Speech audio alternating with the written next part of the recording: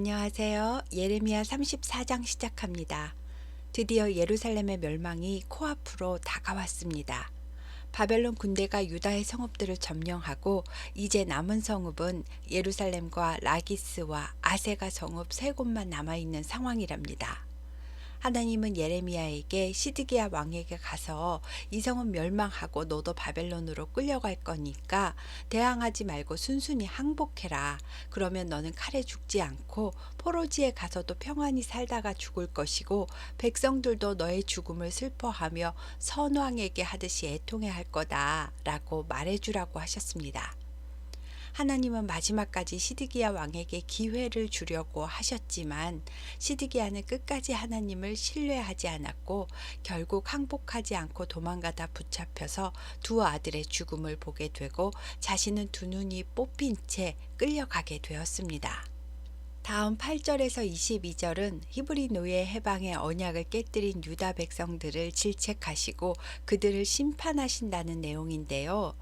원래 같은 유대인끼리는 노비로 부릴 수 없었지만 어쩔 수 없이 돈을 갚지 못해 종이 된 사람이 있으면 6년 동안은 일을 시키고 7년째에는 종에서 풀어주어 자유인이 되게 하라고 하신 것이 율법의 내용인데 선조 때부터도 이를 지키지 않았답니다. 그런데 예루살렘이 바벨론 군대에 포위되니까 노비들을 군사로 동참시키기 위해서 혹은 위급한 상황이라 하나님께 잘 보이려는 마음도 겸사겸사 있었는지 모르지만 노비를 해방하겠다는 언약이 이루어졌답니다. 백성의 고관들이 하나님의 성전에 와서 하나님의 이름으로 이런 계약을 했었는데 중간에 애굽 군대가 올라오면서 바벨론 군대가 잠시 퇴각한 적이 있었고 고관들은 그 사이에 마음이 변해서 해방시켰던 노비를 다시 잡아다 복종시켜 노예로 삼았답니다. 하나님은 이것을 그냥 넘기지 않으셨고요. 성전에 와서 그것도 하나님의 이름으로 이웃에게 자유를 선포했는데 변심하여 돌이킨 악행을 너희가 내 이름을 더럽혔다 라고 하셨습니다. 그래서 하나님은 이들을 대적하여 칼과 기근과 전염병에게 자유를 주겠다고 선포하십니다. 하나님 앞에 와서 자유를 선포했던 노예 해방 언약은 송아지를 둘로 쪼개서 그 사이로 지나가는 언약이었는데 이것은 어기면 이렇게 죽게 된다는 엄중한 언약 의식이었습니다. 그러니 이 엄중한 언약을 깨뜨린 모든 사람들은 바벨론 왕의 손에 넘기고 예루살렘 성을 처참히 황무지가 되게 하겠다는 심판의 말씀이 34장 내용입니다. 다음 35장은 예레미야와 레갑 사람들이란 표제어가 있고요. 시간이 과거로 거슬러 올라가서 여호야김 왕 때의 이야기입니다. 불순종한 유다 사람들에게 순종한 레갑 사람들을 보고 본받으라는 뜻으로 35장 이야기가 삽입된 것 같습니다. 레갑 사람들은 원래는 모세의 처남 호밥에게 속했던 미디안 종족이었고 겐 족속이라고도 불리던 족속이었는데 이 사람들은 출애굽한 뒤 광야에서 가나안 입성까지 이스라엘 백성과 함께 했었고 가나안에 섞여 살았던 족속입니다. 그 겐족속 후손 중에 레갑이란 사람이 대표 이름이 되어 레갑 족속이라 불렸고 레갑의 후손 요나답이 레갑 족속의 정신적 지도자로 자기 족속에게 유목 생활을 하며 금욕적인 삶을 살라고 가르쳤습니다. 요나답은 열왕기하 10장 15절에 나오는 여호나답인데요. 새 왕으로 기름 부음 받은 예후를 도와서 아합과 이세벨 자손을 멸하고 예후가 북이스라엘의 새 왕이 되도록 도왔었는데 왕이 된 후에 예후도 아합처럼 우상 숭배에 빠지는 걸 보고 크게 후회하게 됩니다. 그래서 부패하고 퇴폐적인 사회로부터 순수한 여호와 신앙을 보존하기 위해서 자기 자손들에게는 술을 금하고 집을 짓지 말고 장막 생활을 하라고 가르쳤는데요. 세상의 소유와 정착에 미련을 두지 않게 하고 하나님만 경외하는 삶을 살도록 하기 위함이었습니다. 그 후손들은 대를 이어 내려가도록 요나답의 가르침을 그대로 순종하여 경건하게 살았는데 바벨론과 수리아 군대의 위협을 받았기 때문에 유목 생활을 더 이상 할 수 없어서 부득이하게 예루살렘으로 피신해 와서 살고 있던 상황이었습니다. 이때 하나님께서 예레미야에게 레갑의 후손을 성전에 있는 고관들 방 옆방으로 데리고 와서 포도주가 가득한 술잔을 놓고 그들에게 술을 마시라고 권해보라고 하십니다. 예레미야가 레갑 후손을 데려와 술을 권했지만 레갑 후손은 마시지 않겠다고 거절하면서 우리가 우리 선조 요나답의 가르침을 지금까지 다 지키면서 살았고 지금은 할 수 없이 여기 예루살렘에 와 있는 거라고 대답했습니다. 그때 하나님께서 말씀하십니다. 예레미야야, 너는 유다 사람과 예루살렘 주민에게 교훈을 받도록 전하거라. 레갑의 아들 요나답의 후손도 자기 선조가 명령한 것을 몇백 년째 지켜내려오는데 이 유다 백성은 내가 그렇게 수도 없이 끊임없이 말을 해도 나에게 순종하지 않는구나. 그러므로 유다는 재앙을 받을 것이고 레갑의 후손은 예루살렘이 멸망해도 내 앞에 설 사람이 영원히 끊어지지 않을 것이다. 라고 하셨습니다.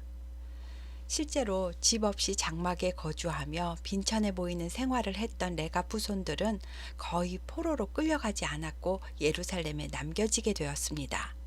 그리고 나중에 포로 귀환 후에는 느헤미야를 도와 성벽을 중수하고 분문을 만들어 세우고 문짝을 달고 자물쇠와 빗장을 다는 이스라엘의 한 지파처럼 인정받는 복을 받게 됩니다. 이렇게 35장은 레갑 후손들의 순종을 칭찬하며 순종하여 받는 복과 불순종의 결과를 대조적으로 보여주면서 교훈을 얻으라고 하신 말씀입니다. 다음은 36장입니다. 때는 여호야김 4년 때인데요. 여호야김 4년 때는 주전 605년경으로 바벨론의 첫 번째 침공이 있었던 해였고요. 바벨론 1차 포로로 다니엘과 세 친구들이 끌려갔던 해였습니다.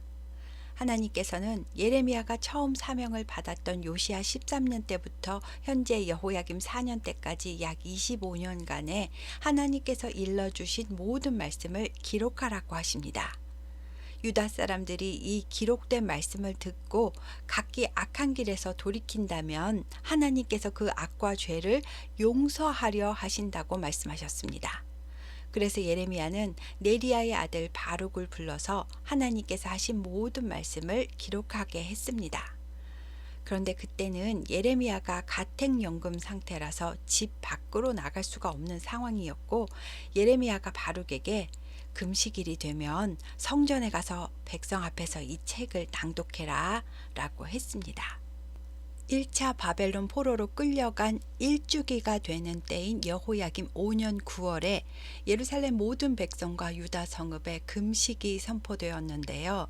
이날 바룩은 성전에 가서 윗뜰 세문 어귀 곁에 있는 사반의 아들 서기관 그마리아의 방에서 책에 있는 여호와의 모든 말씀을 백성에게 낭독했습니다.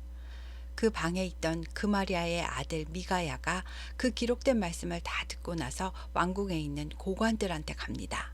그리고 바룩이 낭독했던 말씀에 대해 고관들에게 전했습니다. 고관들은 여후디라는 사람을 바룩에게 보내서 두루마리 책을 가지고 오도록 했고 바룩이 오자 앉아서 다시 낭독해 보라고 지시합니다. 그래서 바룩은 고관들 앞에서 여호와의 말씀을 또 낭독했습니다. 고관들은 이 말씀을 듣고 놀라서 서로 보면서 우리가 이 모든 말을 왕에게 아뢰어야겠다 라고 하면서 바룩에게 너는 어떻게 이 말을 다 기록했느냐? 라고 묻습니다. 바룩은 예레미야가 하나님께 받은 말씀을 불러주어서 기록했다고 말했고요. 고관들은 너는 가서 예레미야와 함께 숨어 있고 아무에게도 숨은 장소를 알리지 말거라 라고 말했습니다. 예레미야 26장을 보시면 여호야김 왕은 이미 애굽까지 도망갔던 선지자 우리야를 잡아와서 처형한 바가 있었기 때문에 예레미야도 붙잡힐지 모르니까 얼른 숨으라고 한 것입니다.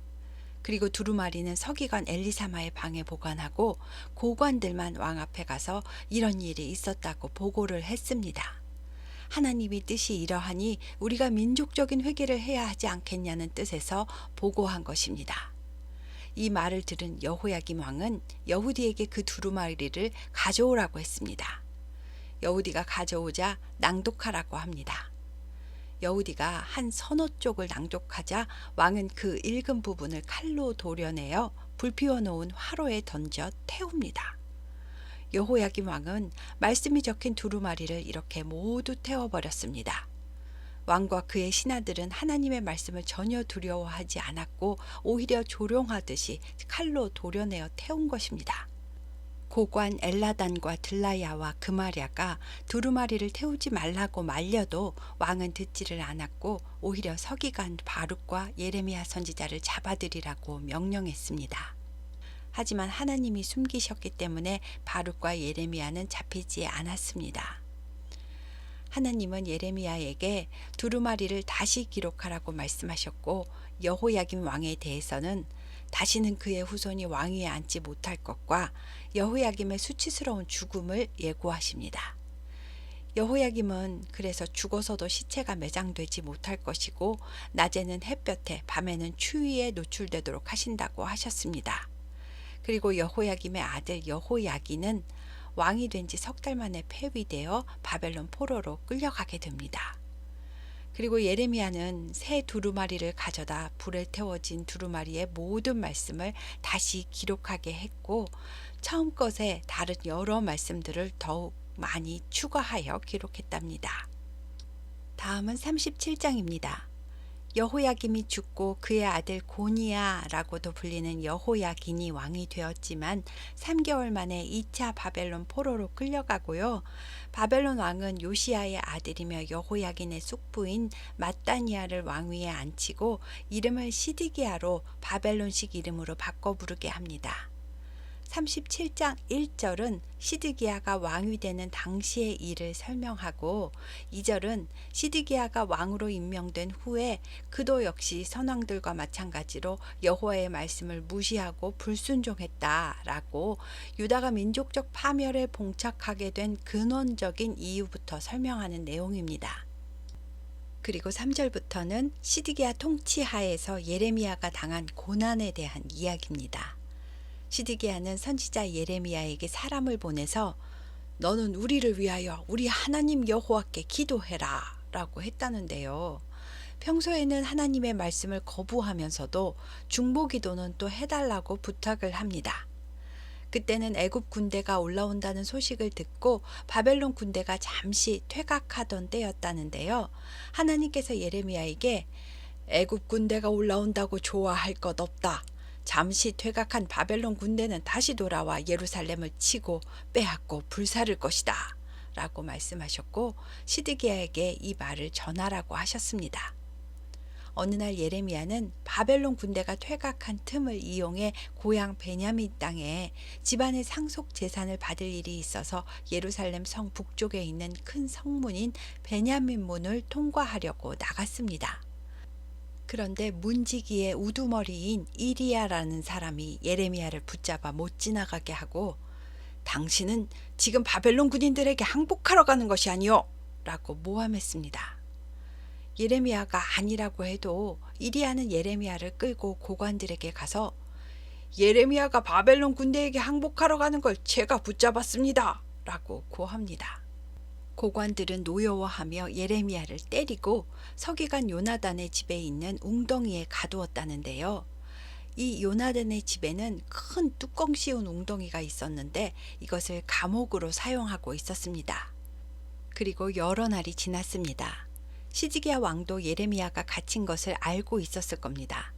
아마도 바벨론 군대가 다시 오고 있다는 소식이 들려져서 시드기야 마음이 다급해졌는지 시드기야 왕은 사람을 보내 예레미야를 왕궁으로 데려오게 하고 사람들이 눈치채지 못하게 비밀스럽게 여호와께 무슨 받은 말씀이 있느냐고 묻습니다. 예레미야가 있습니다. 왕이 바벨론 왕의 손에 넘겨진다 하셨습니다. 왕이여, 내가 왕이나 왕의 신하에게나 이 백성에게 무슨 죄를 범하였기에 나를 옥에 가두었나이까.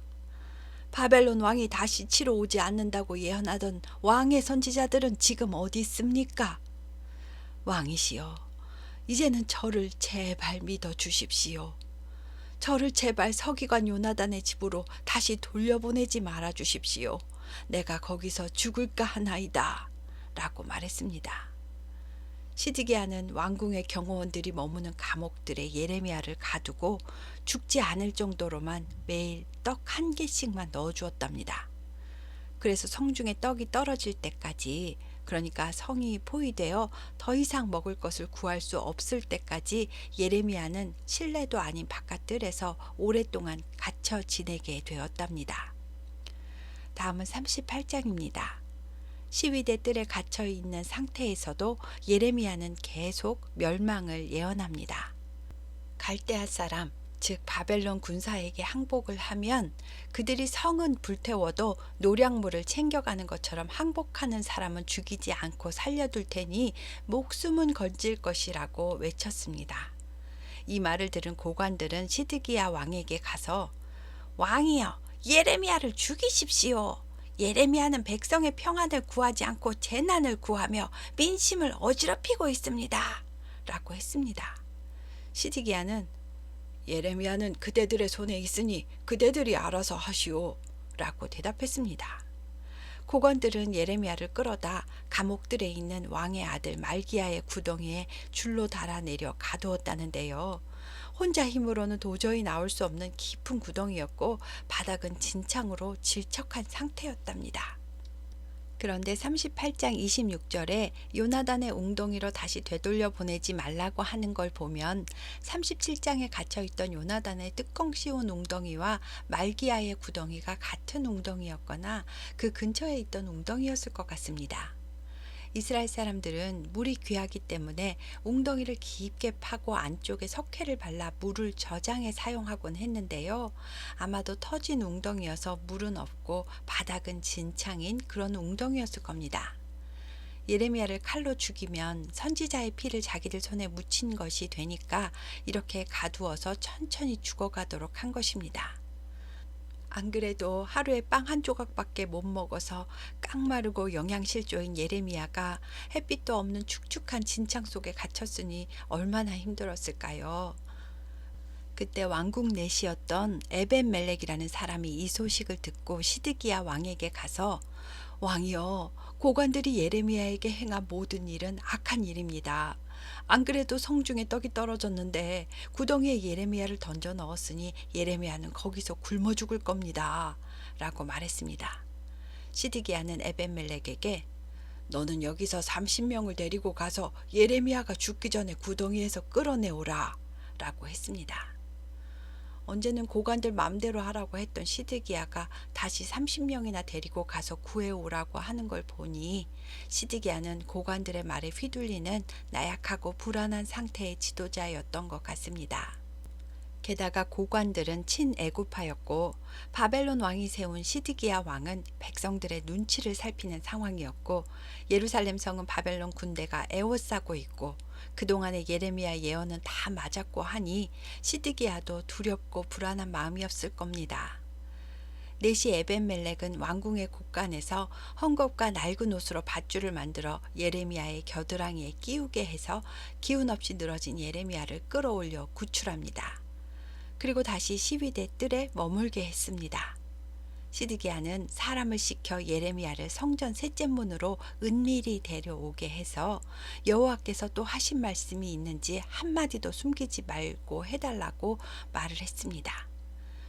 예레미야가 왕은 어차피 그 말씀을 듣지 않으시지 않습니까? 제가 다 말해도 왕이 결코 저를 죽이지 않으시겠습니까? 라고 묻습니다. 시드기야 왕은 그래, 여호와의 살아계심을 두고 내가 맹세한다. 내가 너를 죽이지도 않고 다시 고관들의 손에 넘기지도 않겠다. 라고 맹세했습니다.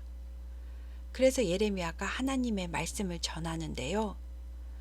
내가 만일 바벨론 왕의 고관들에게 항복하면 너의 생명이 살겠고 또 이 성이 불사름을 당하지 아니하겠고 너와 너의 가족도 살 것이다.